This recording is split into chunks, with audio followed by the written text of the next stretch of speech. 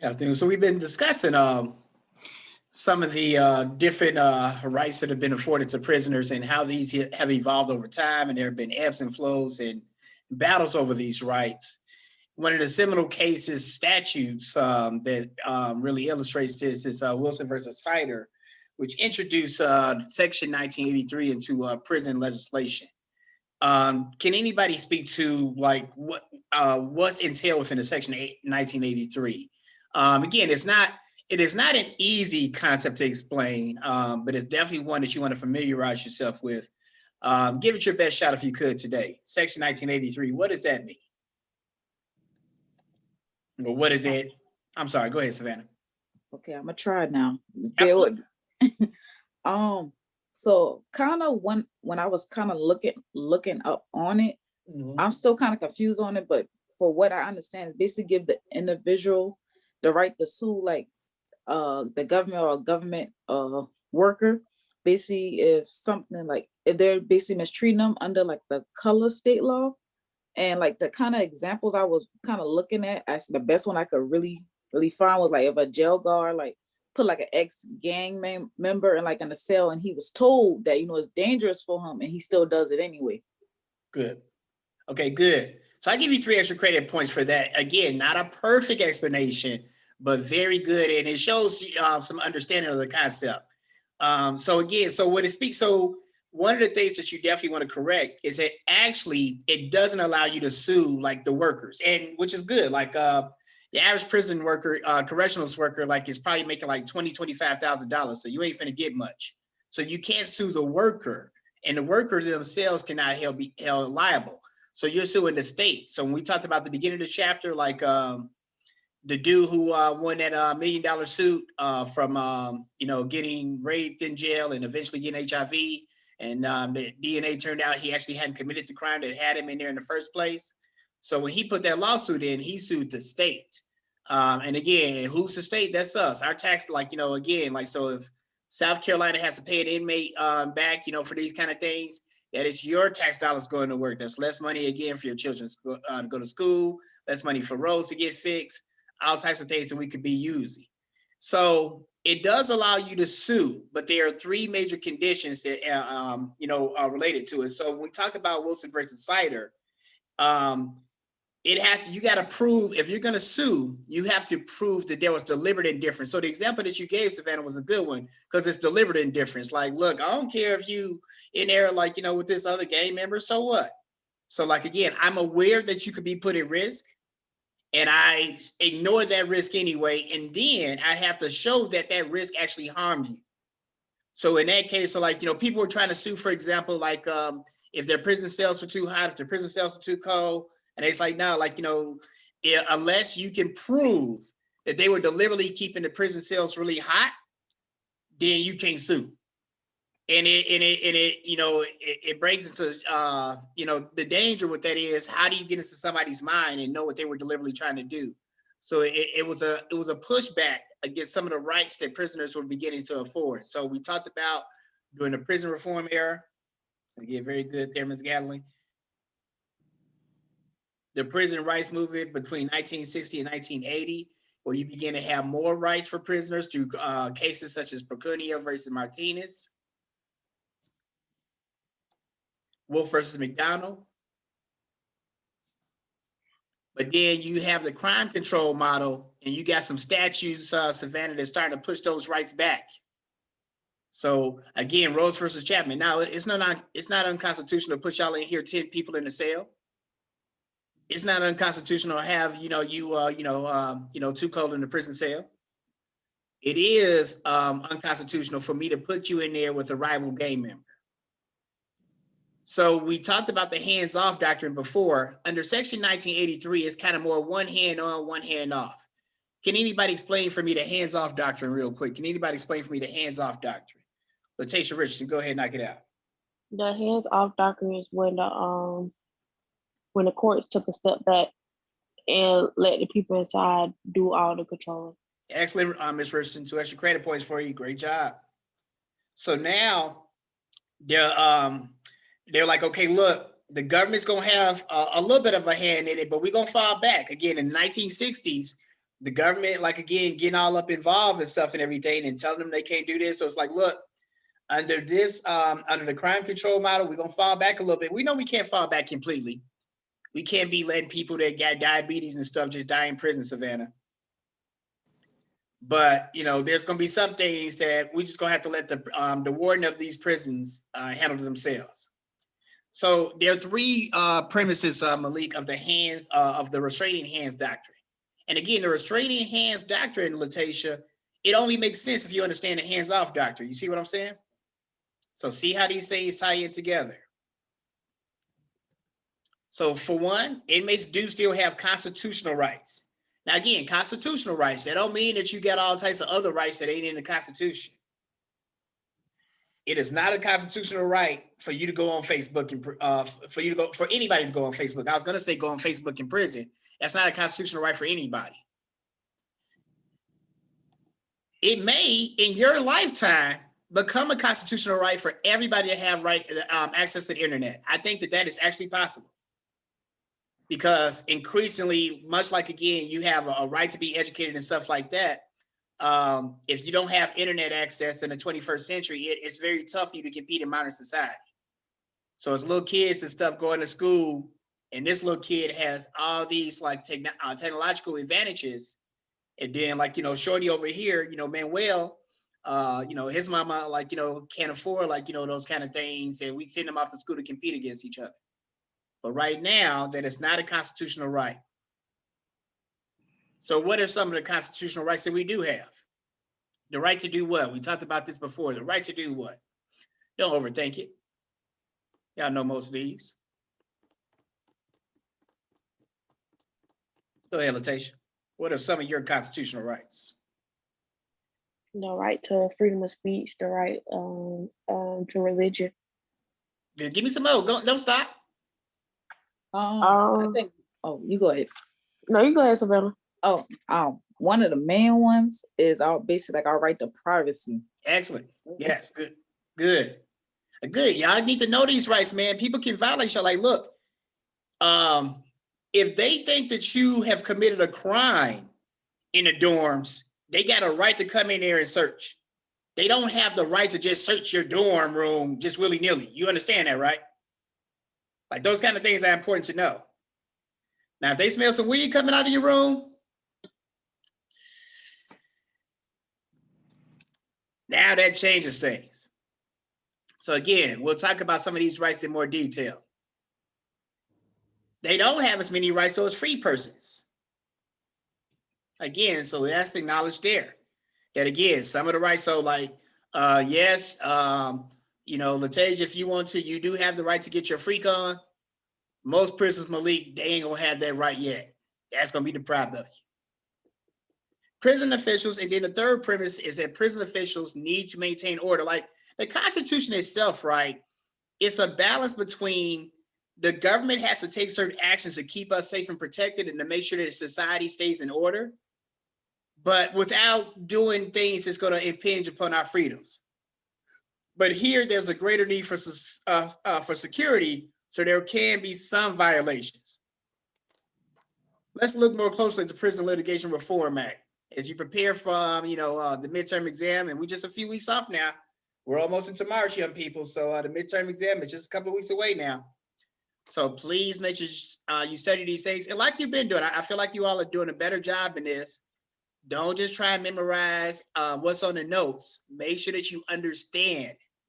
So you just talked about before, Savannah, that they got the right to sue some of these prisoners if their rights are violated. I mean, these prisons. Well, they have the right to sue the state if their rights are violated in prison. However, Latasia, what you're writing here, and don't just write down what's on the screen, write down what you hear. What you're writing down here is the conditions for them to bring a lawsuit, the conditions for them to bring a lawsuit, the conditions for them to bring a lawsuit. So the Prison Litigation Reform Act is a law passed by Congress.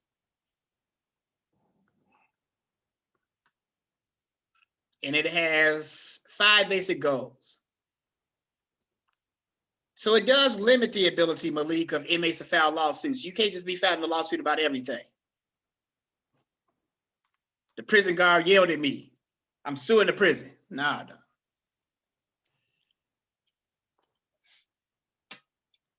My mama came to see me, they like, got a little rough with her. So you can't just file a suit for anything. So it limits their ability to file lawsuits. And again, keep in mind historically, it's really important that you understand this course in a historical context where in the 1960s, they're giving them more rights. The 1980s, you get Ronald Reagan, George W. Bush, and those George Herbert Walker Bush and those cats in. You get the Clinton crime bill.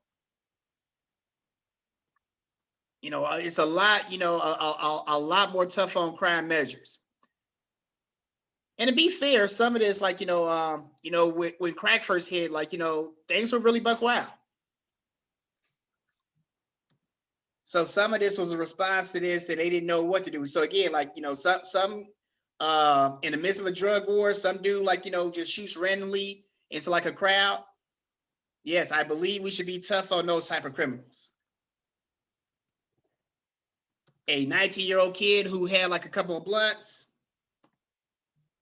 I'm not sure if that's serious. Like, I don't feel threatened. Me personally, I don't feel threatened by those type of people.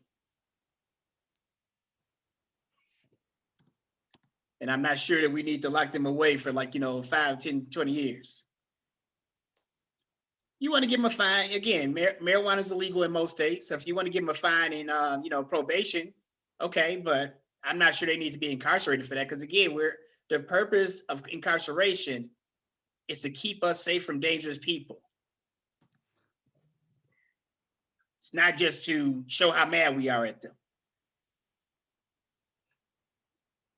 For them to file a lawsuit, it does require inmates to exhaust all available remedies.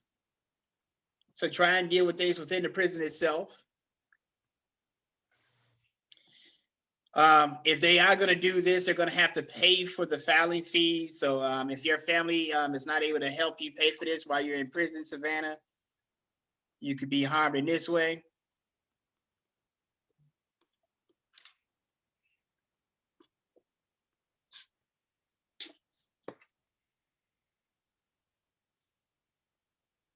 And again, make sure, like, so one more time, and I appreciate y'all, like, you see how you can see my complete face in the screen?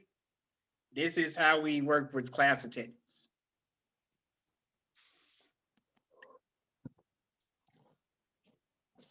And then it requires that any damages are awarded are used to satisfy penny restitution orders. So if you, like, say, for example,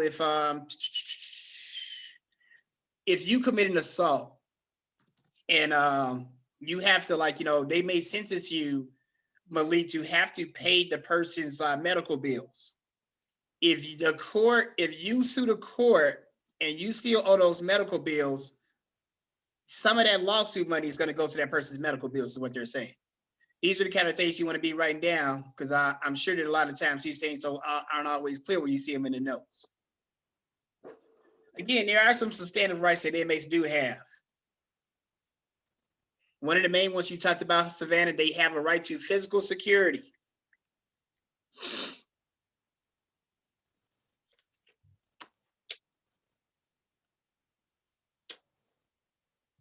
You can't, again, it just can't be, okay, we're going to let these rival gang members attack them.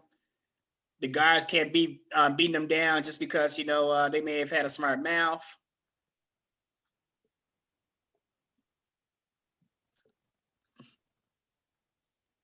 You can't be, just stand by and allowing, cats to get raped and stuff like that.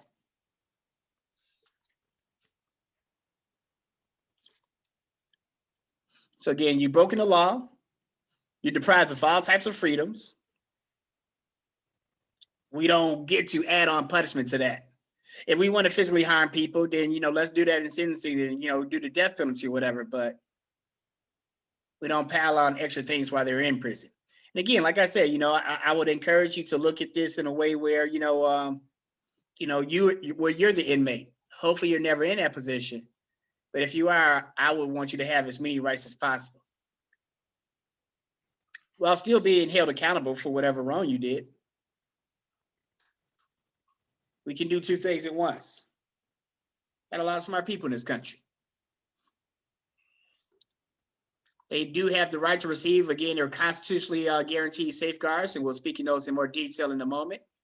They got the right to challenge the legality of their convictions through the courts.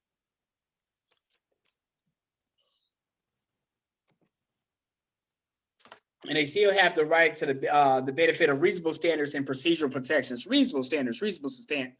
Again, we talked about before that they have an obligation to maintain security of the prison. So when you first come to prison, and they're going to be looking at every orifice in your body, spares your ass cheeks, all those kind of things. They got the right to do that to make sure that you're not trying to sneak in anything into the prison. It's not a fun place. When under normal times, like I would in teaching this class, I actually would take people to Kirkland Prison Penitentiary, and there would be a couple of times that we went and we got to see people when they were first actually arriving. Like I said, we finna come arrest you right now, Savannah, and then we get to see when you brought in, get your hair cut off and all that stuff. Fortunately, we did not, have to watch, all the other stuff where, like, again, it's gonna be a group of y'all. They're gonna spray y'all with a hose and everything, get butt naked. Yeah, it's a degrading experience. Again, people be thinking like, oh my God, it's, people wouldn't want to go to prison. Like, I guess.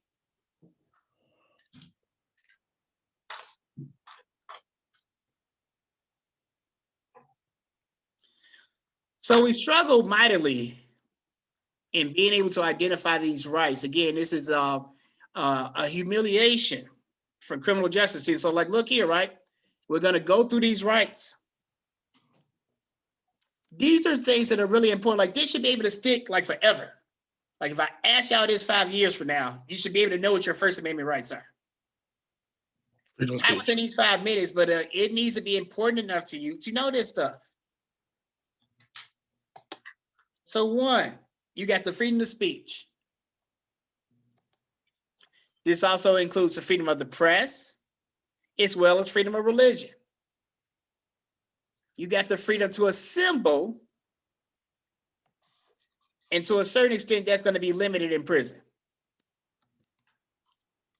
So assemble and stuff like that, like, where people can go into the street and protest, police brutality. That's not something that people can do in a lot of countries. And in a lot of countries, you try and do that, the government will come out and shoot you.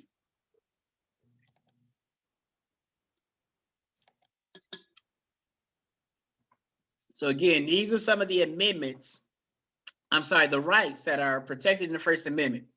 Definitely something that you want to know in preparing for a quiz or midterm exam. Your First Amendment rights. My feelings will be hurt if in a couple of weeks we discuss these and people struggle to come up with some of these components of the First Amendment. Basic fundamental stuff like this right here is why people have been trying to come to America for hundreds of years, just this stuff. Freedom of religion also means the freedom not to participate in religion. If I were growing up in, Saudi Arabia or Iraq with a name like Kareem Muhammad, I will be forced and compelled to adhere very strictly to my religious practices and beliefs. But since I live in America, I do not. And that's just fine. But if you do go to prison, you do not lose your religious right, your freedom to practice your religion. So Cruz versus, so any of these cases, can anybody speak to the rights, like what went on in these cases and what rights were being debated? Does anybody recall? Look these over and perhaps we can discuss them more coherently going forward. So some of the primary First Amendment cases as it relates to inmates, Cruz versus Beto, Alone versus the state of Shabazz. And again, it's disappointing that we don't know these today after our discussion on Monday, where, again, I was very clear that about the things we were going to discuss today. But the good news is there is no quiz or midterm today. So you got time to get up to speed on those things. But I'm stressing them for a reason. As I did, when we first started talking about this, these statutes are important. You need to know the details of what went on in these cases. The Fourth Amendment gives you protections against unreasonable search and seizure.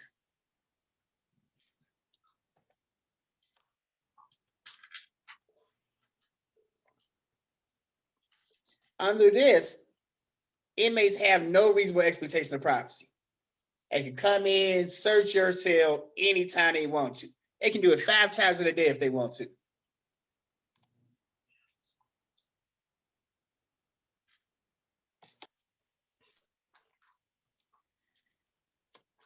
There are no cross-gender protections regarding searches. You go to prison, Savannah, a dude can search you everywhere. Generally, they're going to try and avoid that, but they're not legally obligated to do so. Now, again, some states, they will require. Now, keep in mind, right, that when we talk about the law, there are 2 levels of law. What we're talking about here is the federal constitution, but we also have 50 other state constitutions. This is how you get, you can carry a concealed weapon in South Carolina, but you can't in New York State. You can smoke marijuana in Colorado, but you can't in New Mexico.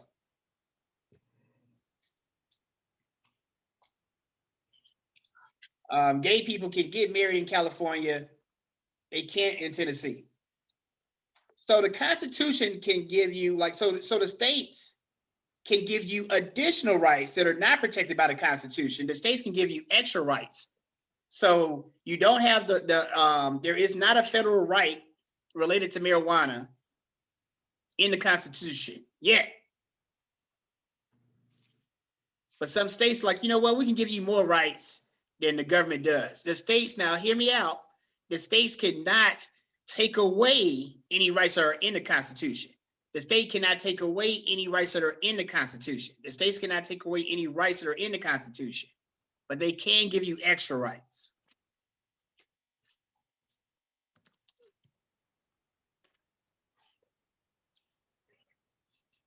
And probationers and parolees, they do receive Fourth Amendment protection. So again, you're out of probation and parole, you're at your home, but if you have even minor violations of the law, you can go back to prison immediately. But they can't just be coming into your crib and searching like, hey, we think that you may have been drinking alcohol, or you may have a firearm in here, and that's against the condition of your probation. They can't just come into your crib and search that. But in your prison cell, anything goes. Let's look more closely at some of the cases. And again, don't just write down word for word. I hope y'all believe me. So look, I'm not sure about all of y'all, but when I was in college, not my first couple of years, Savannah, but by and large in college, I was a really good student. Then after that, I got a master's degree and I was a really good student. Then I got a PhD and I was a really good student. So I say this to you, not in vanity, but in terms of I know things that can help you be successful in school. So I hope that you will take some of these things to heart as I tell them to you. And one of the things I really encourage you to take to heart is to avoid the process of taking word for word notes. Doing that is crazy and not very productive use of your time. What you need to do, Savannah, is make sure that you understand more versus people. Understanding don't just come from writing this stuff down. So if I ask y'all about these cases, I want you to just tell me what happened. Like I told y'all before, these are small Law and Order episodes, each case. So just be able to tell me what was going on. Look at these more closely. We'll discuss them in more detail in a moment. The fact that they're in italics is suggestive that it's pretty important for you to need to know for the exam.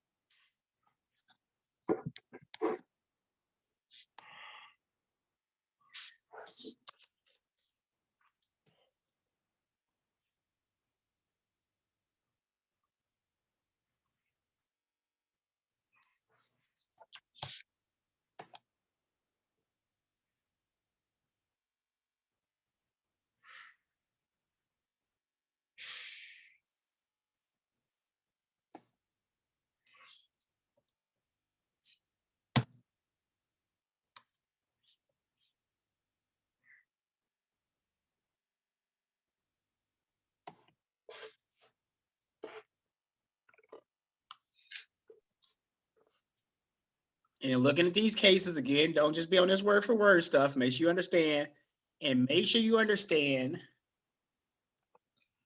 the rights that go with the Fourth Amendment as you look through these cases.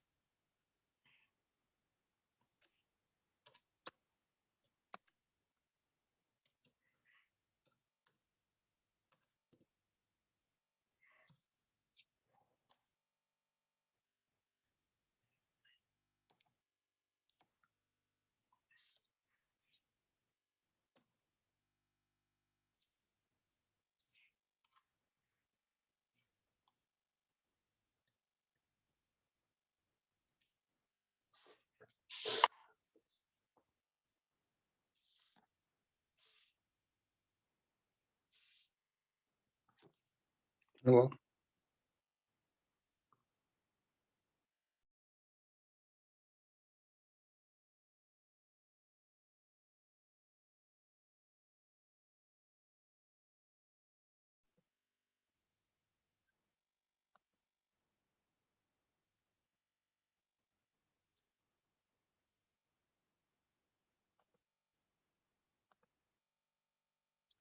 So again, the rights that are protected by the Fourth Amendment, the right to be protected against unreasonable search and seizure,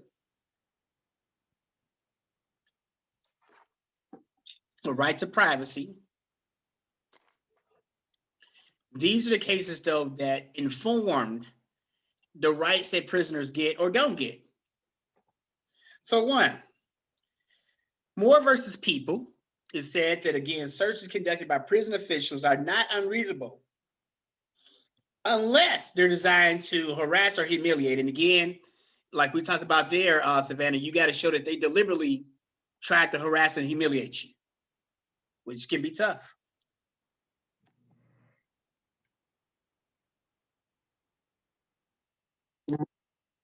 So again, like, where, hey, we got a report that there were some drugs potentially smuggled in here. We have reason to believe that, there's drugs in your cell. So we finna go through this prison cell. Have the right to do that. In Bell versus Wolfish, the Supreme Court said that, again, unannounced cell searches.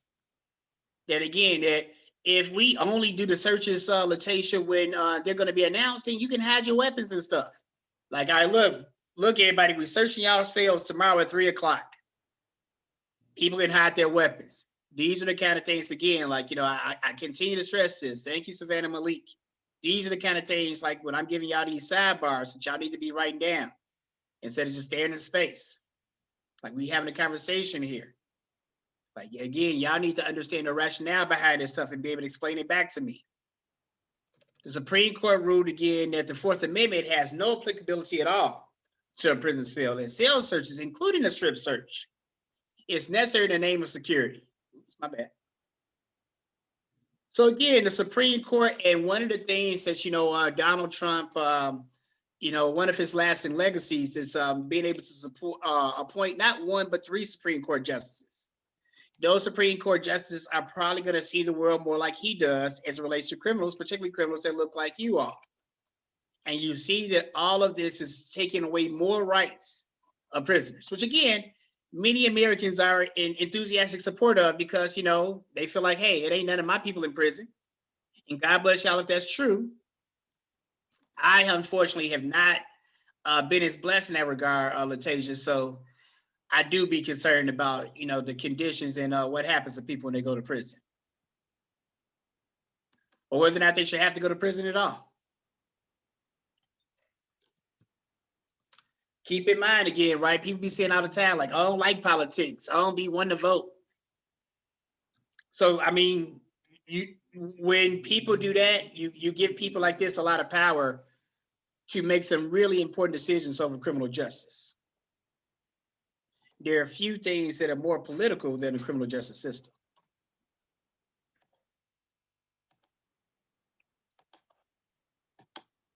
When we talk about the Eighth Amendment, this again gives protection against cruel and unusual punishment. Now, what there's been much debate about historically is exactly what that means. Again, I know earlier in the semester, we had like some enthusiastic support for the death penalty in this class. Oftentimes, the case in this Jesus fearing country. Because like Jesus got the death penalty, right? Like everybody's cool with that. Like that's what happened to do. Yay, death penalty. That'll teach them.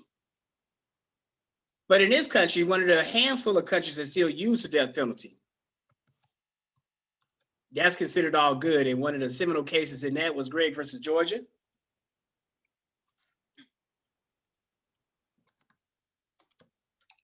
Because for a while, the death penalty, again, was illegal.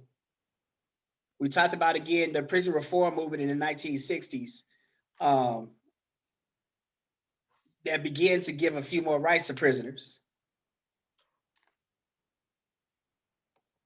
But as the conservative agenda began to take hold, more and more of those rights began to get curbed back. It's like, look, if we make the death penalty a little bit more humane, like, all right, look, it might have been a little bit bogus to be hanging people and to put them in an electric chair. But if we can make it humane, then it won't be so cruel and unusual. It'll be all good then.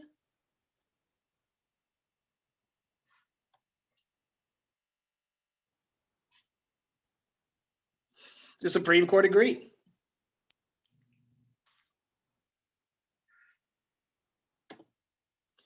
Other things that like follow in this would be like, even just the conditions of the prisons themselves. Healthcare.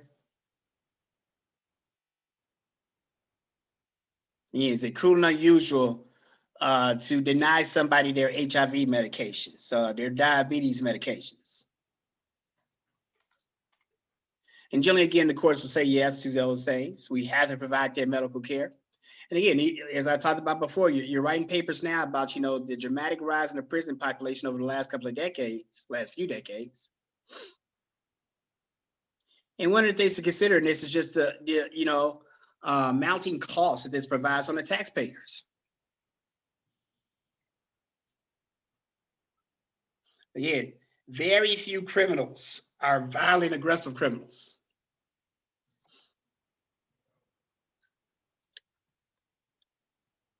Somebody shoots up a school because they can't aim straight. They was trying to get, one of their rivals, and they hit something like, 6-year-old little girl. Again, I'm not going to lose a lot of sleep about, that person being locked up. We began the class talking about Dylann Roof. Definitely ain't finna lose no sleep over him. Those are not most of the people who are incarcerated. Again, do your own research on this. It is not my attempt or desire to sway you one way or the other.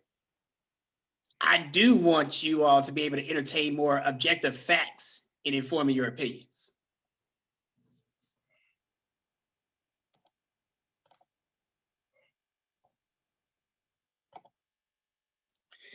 The absence of these facts, again, may make it where you all become criminal justice professionals that reproduce some of these horrific things that are going on, where we're putting people in prison for 25 years for stealing VHS tapes. And we talk about cruel and unusual punishment. Again, there are several elements to this. Keep in mind, we talked about proportionality. We began talking about, again, some of the Roman laws and how, again, they would treat people like, you steal something, everybody get their hand cut off. We're going to join and quarter you if you say something like, untoward about the king. So with the introduction of the mark system back in the 1800s, for example, we began to to try and have more proportional crimes where, again, you don't just get to skate if you steal like a loaf of bread compared to robbing a bank for $2 million. But obviously we see those as different levels of crimes.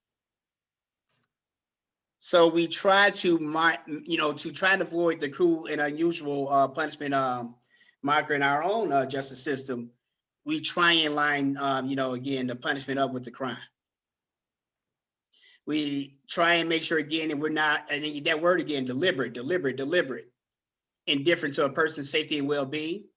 If I can prove that it's deliberate, if I can get inside your head and prove that it's deliberate, then we may have grounds to sue under the 8th Amendment. We're going to get bumped out in a moment. I'll leave it there for now. Log back in using the same link at exactly 2:50 p.m. Log back in at 2:50 p.m. using the same exact link. During this time, it might not be the worst idea in the world to maybe glance at your textbook a little bit. I'll see y'all in a second.